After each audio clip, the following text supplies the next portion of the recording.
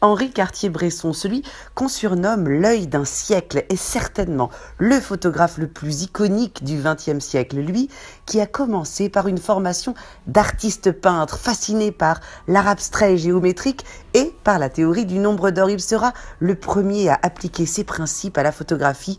Photographier avec l'œil d'un peintre, ça c'est vraiment nouveau. Mais ça n'est pas tout. Cartier-Bresson, c'est aussi une esthétique surréaliste qui détourne les images, qui les fait parler au-delà des mots. C'est une formation dans le cinéma aussi, lui qui apprendra la profondeur de champ. Mélangez tout ça et vous obtiendrez une partie du talent incomparable de Cartier-Bresson. Une partie seulement parce que Cartier-Bresson, c'est avant tout un photographe engagé, résistant pendant la Seconde Guerre mondiale. Il immortalisera la libération de Paris, il fondera la prestigieuse agence Magnum Photo qui donnera pour la première fois des droits aux photographes sur leurs images.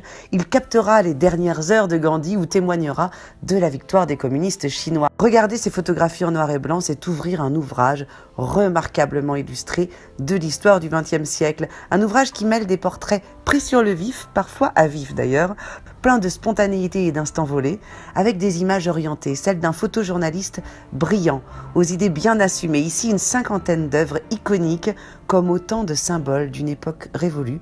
Pour lui, photographier, c'est plus qu'un art, c'est une façon de vivre qu'il nous transmet dans des images photographiées avec le cœur.